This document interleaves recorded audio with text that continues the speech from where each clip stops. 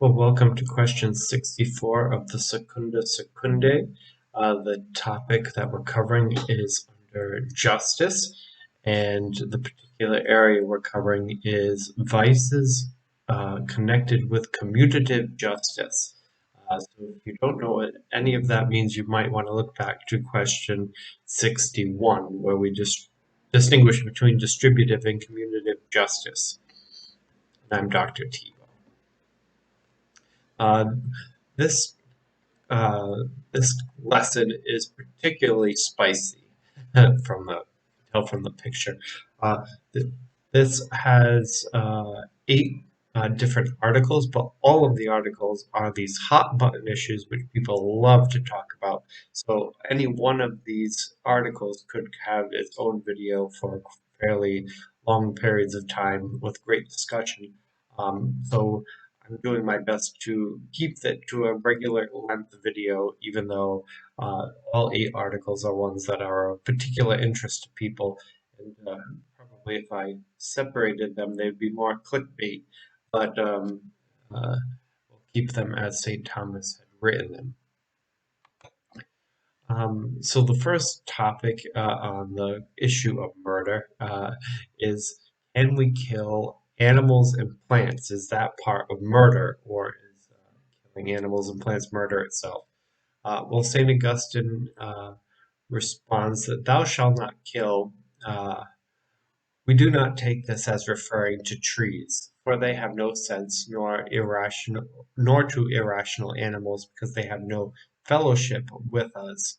Hence it follows that the words "thou shalt not kill" refer to the killing of man. And this is the city of God, where he says this. St. Thomas uses a lot of sources in this one. He uses a lot of sources in general, but he uses a lot of sources in this one in particular. Says, taking from Aristotle's Politics, animals are for men, for men's use, and also the life of plants and animals is not preserved for themselves, but for men, according to St. Augustine. He also points out that plants are made for animals, and animals eat them without any concern, um, without any discrimination for the feelings of the plants, and therefore humans eat animals with the same type of without feelings of remorse. So kind of point to that. Plants and animals are devoid of reason, which and they are put into motion. So this idea that animals really don't have free will, they kind of act just according to their nature that the Creator has put into them, which there is some signs of this if we look at animal behavior. It's almost astonishing when we look at other species. You know, if you look at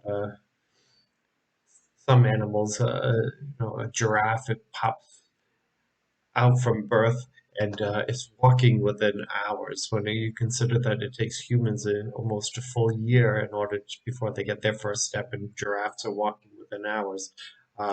You can see within nature that some animals have been given certain advantages more than others.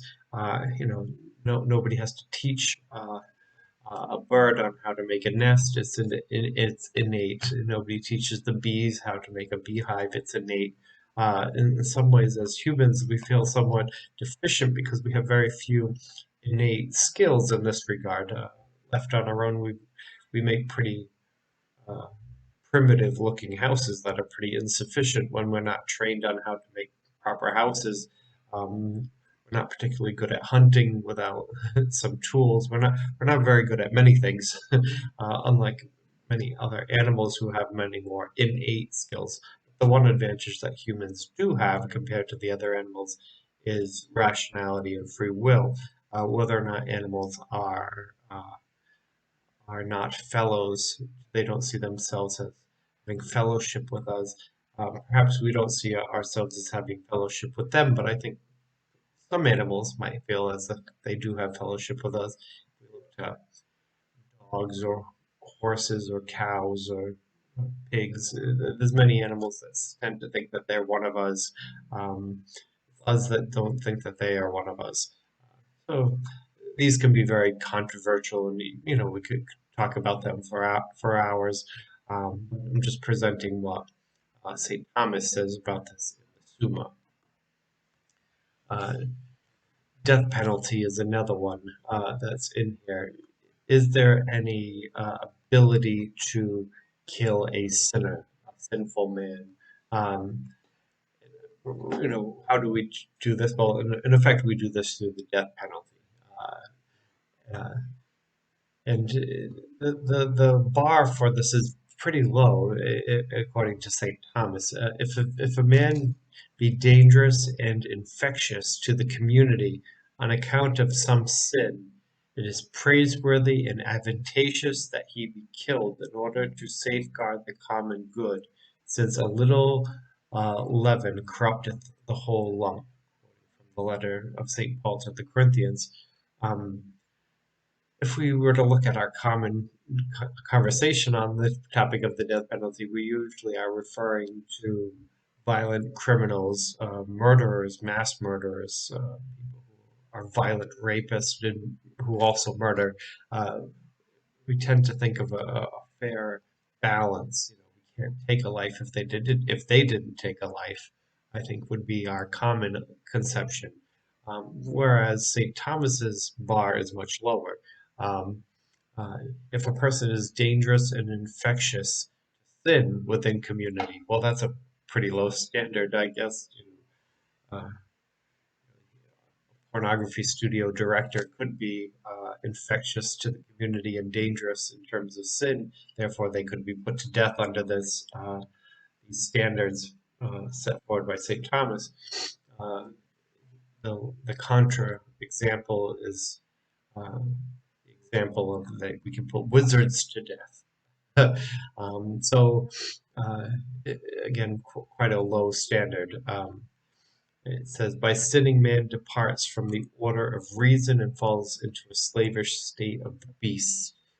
So if a person is a sinful person, then they become irrational. So then they become like animals, which brings us back to article number one, the last article about animals. So a sinful person kind of loses their humanity and takes on the form of an animal again.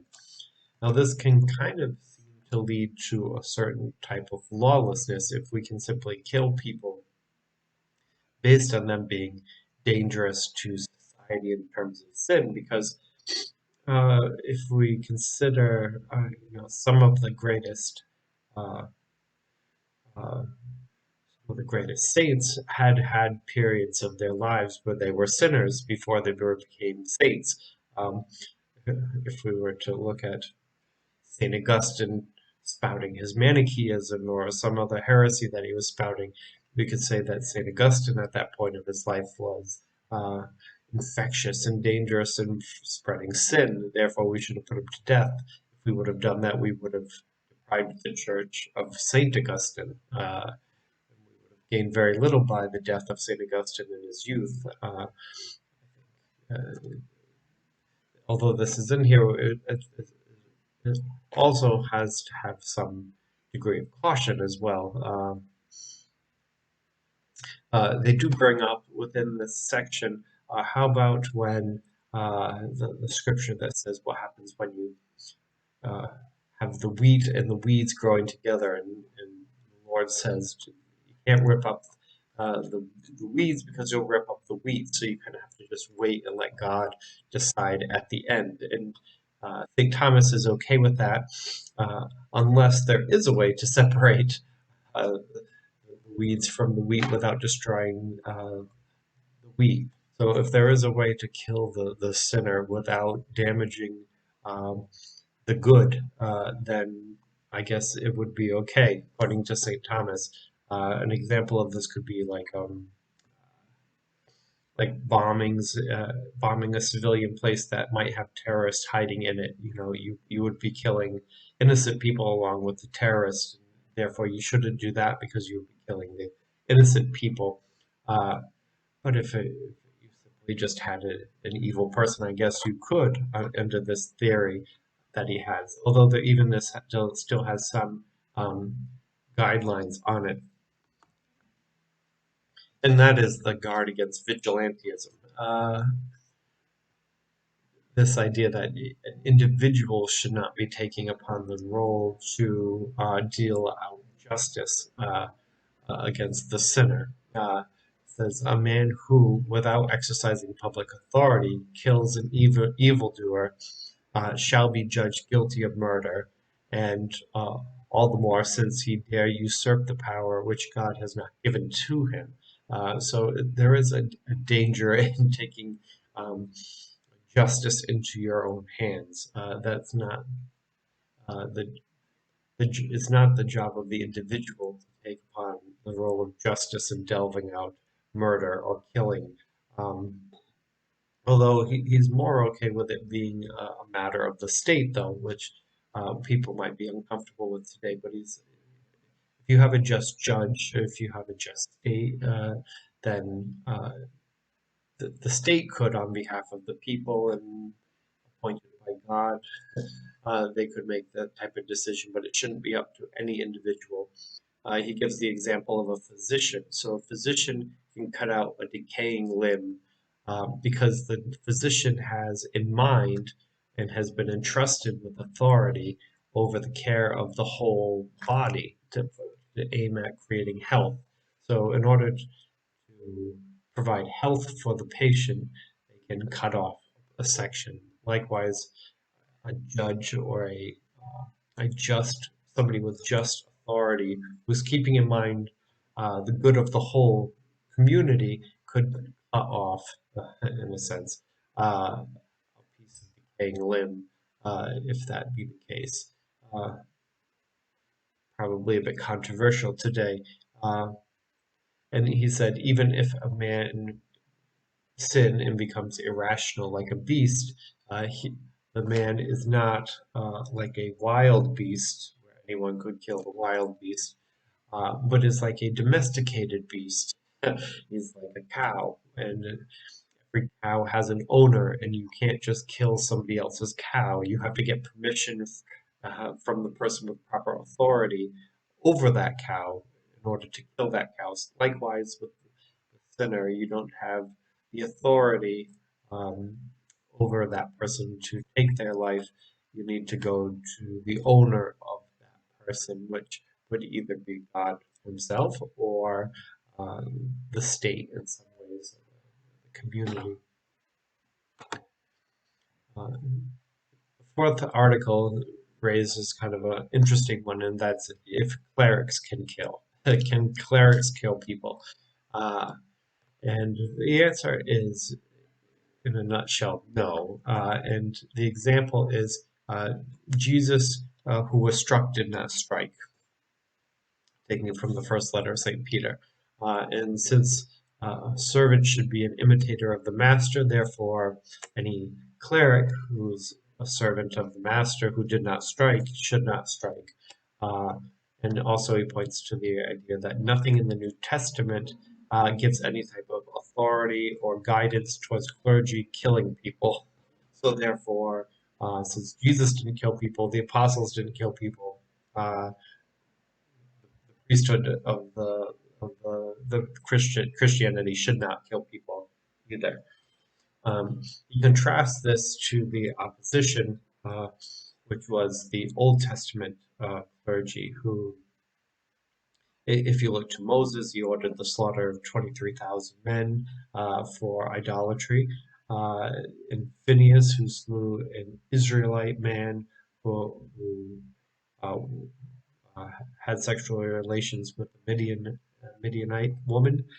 Samuel, who killed King Agag. Elias, who killed the priest of Baal. Matthias, who killed a man who was approaching the altar of sacrifice.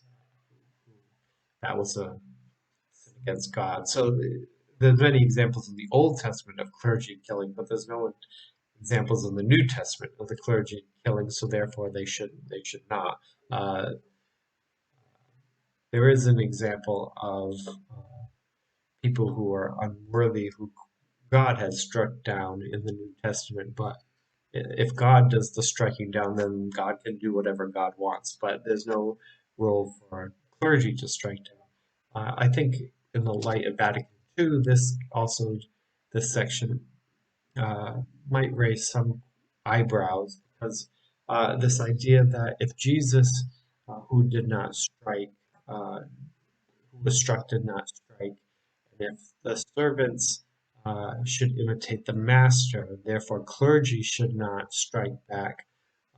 In light of Vatican II, the gospel itself, uh, shouldn't this be true of not just the clergy but all Christians? Isn't this true of all the baptized? Isn't that the point of our baptism? Is that by being baptized, you are in imitation of Christ and you are a servant to the Master, not just priests and nuns and bishops who are, but all baptized Christians are. So if that's true, then could any Christian truly kill another? Now, this isn't a question brought up by St. Thomas, but I think we have to consider that in the modern day as well. Um, Pope Francis, he talks about the death penalty too. It says really this has been the time for this is over. But uh, it's still in the Summa, so it's kind of difficult to be absolutely certain where we should stand on this. But I think even Saint Thomas himself is kind of pointing us away from death penalty, which is probably quite common at the time of Saint Thomas. Not quite as common today, thankfully. Uh, the next topic he brings up is really suicide, or in some ways you look at it as suicide, other ways you can look at it as the euthanasia question. St. Augustine says, "Thou shalt not kill" refers to killing of a man, not another man. Therefore, not even thyself. For if he who kills himself kills nothing else than man. It's kind of a word a word jumble in a sense, but what he's saying is it's thou shalt not kill doesn't say thou shalt not kill someone else. It says thou shalt not kill. The thing is you should not kill another human being. So if you're a human being, you can't kill yourself either. That's coming from the city of God. And he says there's three parts to this. St. Thomas says this time, not Augustine. It violates the natural law, and if we look to natural law, one wishes to live. Is contrary to everything natural. Everything about uh, nature, everything about evolution, everything that we know about living things is that they try to survive. Things try to survive. It's the survival of the fittest. It's the aim of surviving. That's the heart of what it is to be alive. If species didn't attempt to live, they would have been wiped out a long time ago. They never would have survived. The fact that we are here today is a testament to the idea that we are striving to live.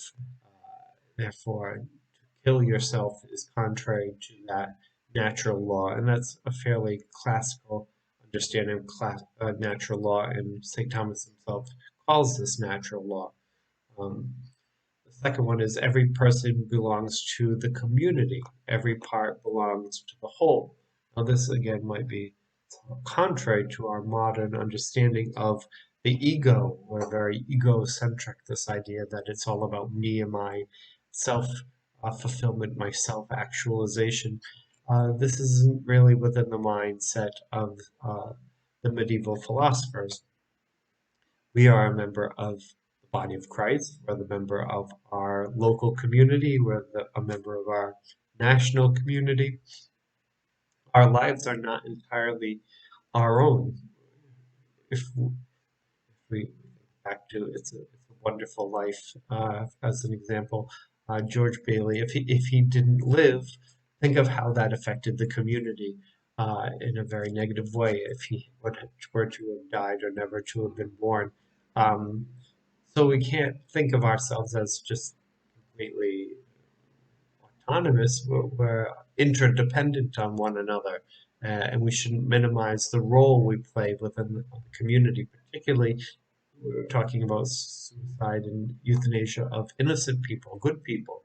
So if good people were to do this, all that will be left to the bad people. So we want to keep the good people around um, for the sake of the community.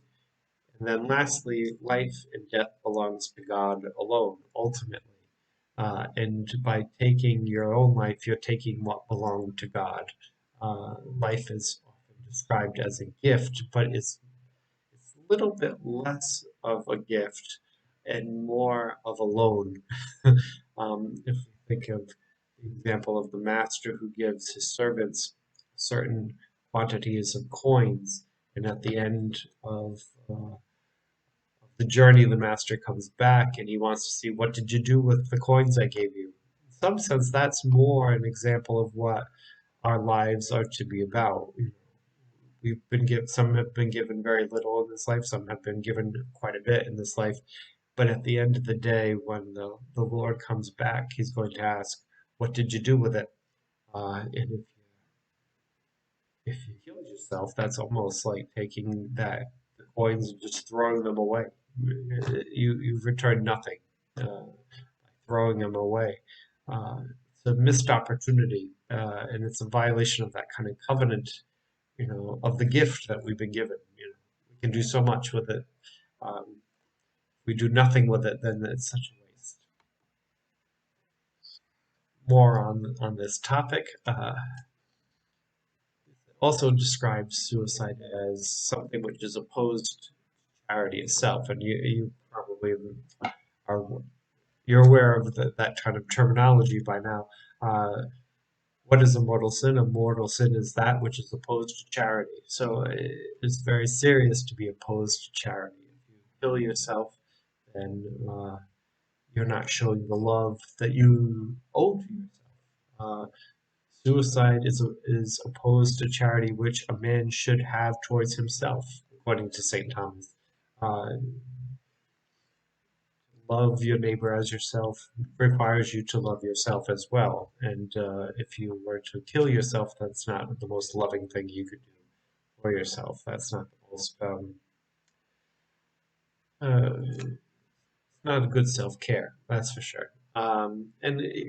Here he's not, this type of dialogue isn't about the euthanasia issue, it's about the suicide issue. So, um, euthanasia is a couple lines down where I think he's addressing more euthanasia question. Says no man should judge of himself, although I think I spelt it wrong, but although he may lawfully commit himself to the judgment of others. So again, this idea of suicide and euthanasia is under the topic of innocent death. Let's say you were actually a guilty person, you're fully guilty, um, uh, you're a child molester, you're a murderer, you're a gang member who kills people. Uh, should you commit suicide, then you're not innocent. Well, still no. Still no, you should still not kill. You should not still not murder because whatever wrong you've done, murdering even one more person, even if it's yourself, does not make it better. But you can commit yourself to the judgment of others. You can turn yourself in, and if they find you guilty, then they could kill you. But you can't kill yourself. Um, and another question that pops up is kind of this idea of heroic suicide. If you think the story of the Maccabees and the Greeks, um, you know, that all of the Jews had jumped off and all of them had committed suicides before the Greeks had come in to conquer them, so that when the Greeks entered, all of the Jews had died, had been killed uh, through suicide as a sign of rebellion. But Thomas says that's not. It sounds very heroic, sounds very courageous, but he says it's actually not very courageous at all. um, because nothing that they could do to you in this life will have any bearings, negative bearing in the afterlife. Whatever they do to you, that sin is on them, not on you. Um, so, uh, if you kill yourself, now that's a sin that's on you. So why would you take upon yourself a mortal sin when the only thing that was at risk was some sin for somebody else that had nothing to do with you? There's nothing immortal. There was nothing eternal that had anything to do with you in that regard. Um, and St. Thomas also points to people like St. Lucy, saying it is better, is it better to commit suicide than to be raped? Something like that. And he said no, because if you get raped, there's no sin on you for that. The sin is on the person who did the raping. There's no sin on you. If anything, it leads to, it might lead to your sanctification by, as it did to St. Lucy. Um, but if you were to murder yourself, that is a sin that's on you. So don't do something that's a sin on you because somebody else is going to sin. You just worry about yourself in that regard. And then lastly, the issue of euthanasia kind of pops up here because um, he talks about suffering. What if you're doing it to avoid suffering? I think that's pretty close to euthanasia, what he's talking about. Um, and he says, in a nutshell, he's kind of saying you do have control over killing yourself. You have free will. Yes, you can kill yourself, but if the idea is that you ought to get away from the suffering of this life, of this world, of whatever you're going through, to enter into the pearly gates and to deal with the goodness of God, the wonderfulness of heaven and eternity, then, well, you can kill yourself. That you have control over. Getting into heaven, you don't have control over that. That's not up to you. That's not a decision you're making. You don't get to decide, I'd rather give up this life to go to heaven. That's up to the mercy of God. So if you were to force this, if you were to force this judgment earlier than what would be natural, you say, I don't want any suffering in the future, so I'm going to take my life now, and I will get to that judgment earlier. Um, well, you might regret that. Is kind of what he's suggesting, because he says one may adopt a greater evil in order to avoid a lesser evil. So whatever suffering you're dealing with in this life, it will pass. You have cancer, you have something. Well, I don't want to suffer for the next 3 months. Well, 3 months is short in the span of eternity. You wouldn't want to risk the eternity part for 3 months. At that point, just try to figure it out. And he kind of points to a reason why, and it's that it deprives a person of the time needed for repentance. Um, the suffering in this life. It might not make any sense to you right now, but it doesn't mean that it doesn't make any sense ultimately. Um, and that time that you have, that next 3 months of suffering because of the cancer, um, whatever disease, that might be part of the process that leads a person to purification, satisfaction, restitution, repentance. And even if you say, "Oh no, I've repented. I went to confession. I'm good to go." Well, if that were true, then God would take you right now. The fact that God didn't take you right now, then maybe there is more work to be done here on yourself before you're ready for that. And to say, "Nope, I am 100% sure that I am ready right now. My soul is perfect. It's going straight to heaven right now."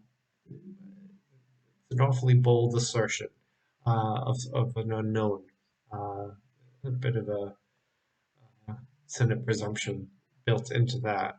Um, and for those who don't believe in God, I imagine this might be an easier decision if you think that you go nowhere anyway. Then why not speed it up? But uh, obviously, St. Thomas is not in that frame of mind. He tends to think that there is somewhere you're going, and it's either somewhere good or somewhere not so good. And you wouldn't want to rush it and end up not so good because you were impatient about the last 3 months, especially if God had built into that next 3 months tremendous periods of grace and mercy, and you skipped it. You wouldn't. you wouldn't want to do that. Um, and ultimately, it kind of defies the idea that God is the God of life and death, and that ultimately God decides. This idea that it's my life and I can do whatever I want with it is it's a bit short in terms of that idea of that our life is a bit on loan. God will come and ask, what have you done with it? The killing of innocent is the next one, which I didn't type it on there, but really this can be seen as an issue that's dealing with killing innocent people who are fully alive and developed. But some ways it doesn't make any sense to talk about just killing an innocent person for no reason. That it almost doesn't make any sense there. Why would we even be discussing the killing of an innocent person? Well, in the modern day, we have a lot of reasons why we talk about that. How about issues like abortion or euthanasia or uh, people with Down syndrome, the high rates of abortion of people with Down syndrome, or handicapped people, or elderly people with dementia. All of those issues dealing with the issue of life, those life issues that the church is so vocal about, so strong about, and upsets so many people. It's about the killing of innocent life. That's especially what it is about. And so this area that St. Thomas is talking about is particularly important for the Catholic Church, I think. Um, so he says, man in himself. He talks about the two different relationships.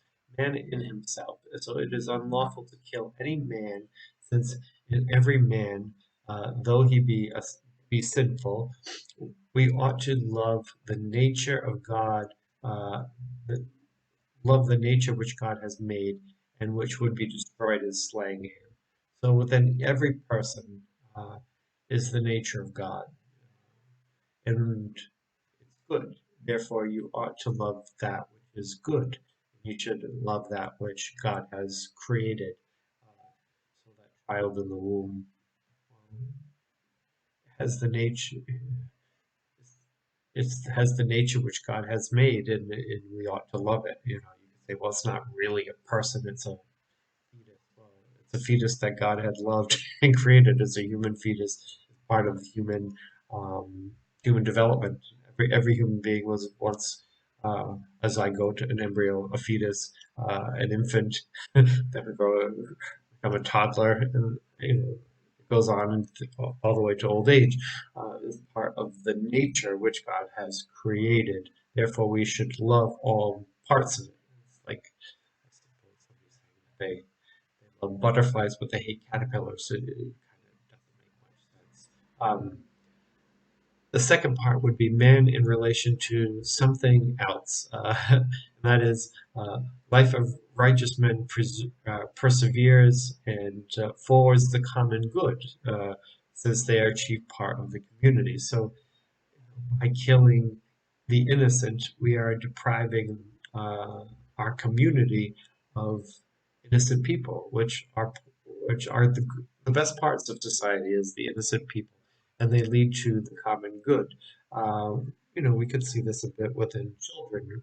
A lot of us adults, we've already kind of had our minds made up, but children are kind of more of a blank slate. They could be the next great saint, the next pope is a child right now. A future pope is a child right now. A future pope is in the womb right now. All of these things, we deprive the community of the good. Could we have had a cure for cancer and AIDS and who knows how many other diseases? Sure, but we may have aborted the person who would have developed that. Not to say it will never get developed now, but we've deprived our community of a number of goods. Uh, so, so there's both an individual level, the nature of the individual created by God, but then also the communal element, which hopefully is coming out strong here because it's repeated frequently in this section. This idea that you're not fully an individual, you are a member of a community. Continues on. The killing of the innocent, it injures one who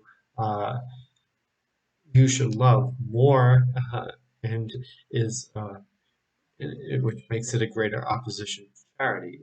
By killing the innocent, uh, you should love the innocent. The innocent are easy to love. It's the criminals, it's those who, it's the rapists that are hard to love.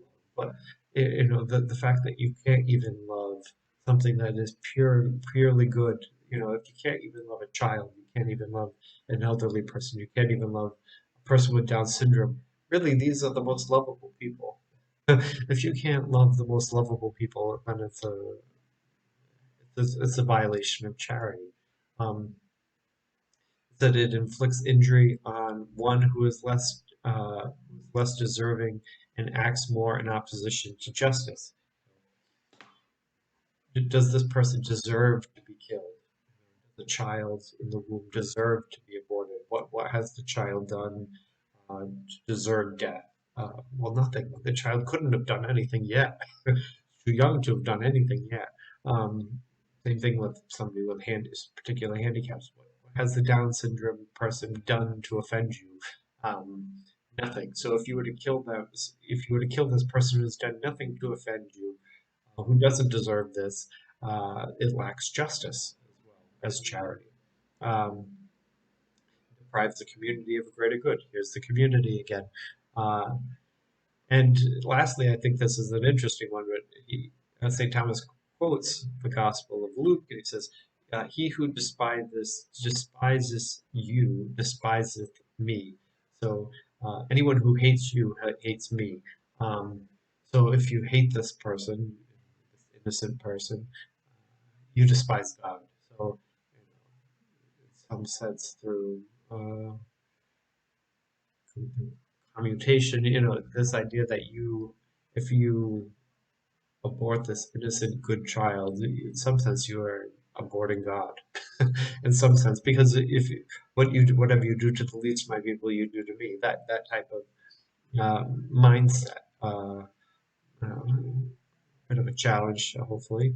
Um, and then this last section is from the last article, but it played into childbearing, so I put it back into this section.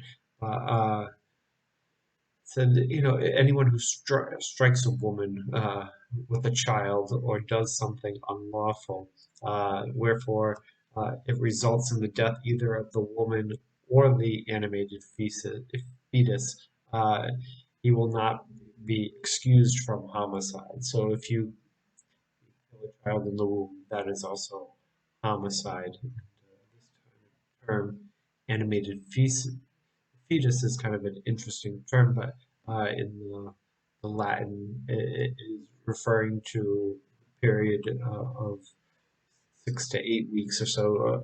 A child becomes mobile in the womb, uh, and you can recognize that life exists at this point. So, if you were to kill a living being in the womb, uh, you would be guilty of homicide as well. Last part is killing in self-defense, which perhaps may be the more obvious one, but also interesting because he's raising the issue of double effect, the duus effectus. Uh, Anyone who's familiar with Aquinas's morality would know the double effect. The double effect is you can intend to do one thing, and by consequence, something else might occur that you didn't intend. So, um, can you kill somebody in self-defense? Well, no, you can't intentionally kill someone, even in self-defense. You can't intentionally kill someone. What you can do is you can intend to defend yourself. You can intend to preserve your own life. You can do that. If the consequence of defending your own life is the other person ends up dying, well, then that's the secondary effect, the the duus effectus, that second effect. So you didn't intend to murder, It was just a result of the consequences of self-defense. And the idea of self-defense is that you didn't start it, right? Somebody has brought this situation on. So the person who brought this situation to a boil is going to be the one that if somebody accidentally dies, if it's them, then it's their fault for even have starting it. Um, and it's deals with, there's some more nuance in here.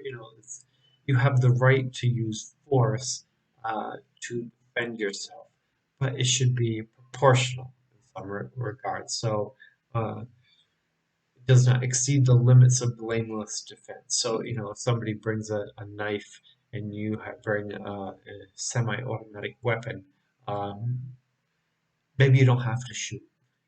Right? If you hold the gun to the person with the knife, perhaps you don't have to pull the trigger in order to subdue the person. Um, a proportional amount of force would be necessary. If somebody brings a knife and you have a knife and you're both fighting with knives and the person dies, well, then it was proportional. If somebody who's a child is coming at you, you don't need to it's just a level of proportionalness in here that the goal would be to subdue the person to avoid the risk of your own death. The goal would not be the death of the other person. That's not built into the system. If that was part of your goals, then it becomes immoral.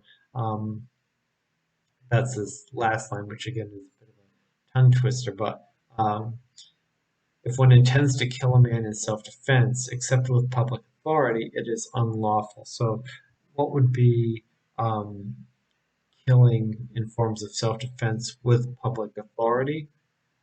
I know, again, very controversial, but perhaps something like the police. The police have public authority to defend the public, the common good. So, uh, if they use more force than the typical individual, they're acting on behalf of the community. Why is the police even in that situation? Not for their own sake. For their own sake, they'd be at home sitting on the couch with their family. They're out here in the streets because it is their duty, part of being law enforcement, to be engaged in this type of justice. And defense of the public and part of the common good. So because of this, they are the executioners, in a sense, of justice on the street. The goal would be not to kill the people, but to subdue them and bring them before the judge to have justice brought about that way. But in terms of self-defense, if they need to kill in order of self-defense, that would be acceptable under the domestic approach. Again, probably not very popular today, but certainly built into the medieval system. Conclusion, and there was so much that we talked about, so to try to sum it up, it's okay to kill irrational beings for the sake of the greater good. The lesser leads to the greater. Animals eat plants, and people eat animals. So it leads to the greater good. At one point, I heard it said if the animals knew what role they played in society, they would be clamoring to climb into our mouths in order to be part of our deification. Their role in this world is to lead us to be healthy, which leads us to become like gods ourselves. So to live in eternity. So if a cow can be part of that process of deification and leading to eternity, then they would be happy to give their lives for us. I'm not sure, but that would be a traditional approach.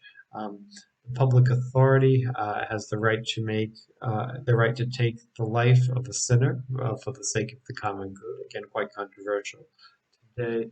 Uh, it is not the place of the clergy to engage in killing. I think people are rather happy to have that true. Suicide is contrary to natural law and charity, and killing the innocent is a sin against the community and God, and obviously the individual. Uh, Self-defense is lawful if the force used was proportional or if the person has the public authority to engage in that activity. So that was a mouthful. But next time we will move on to question 65, which will continue the commutative justice vices, the vices associated with commutative justice. So see you all next time.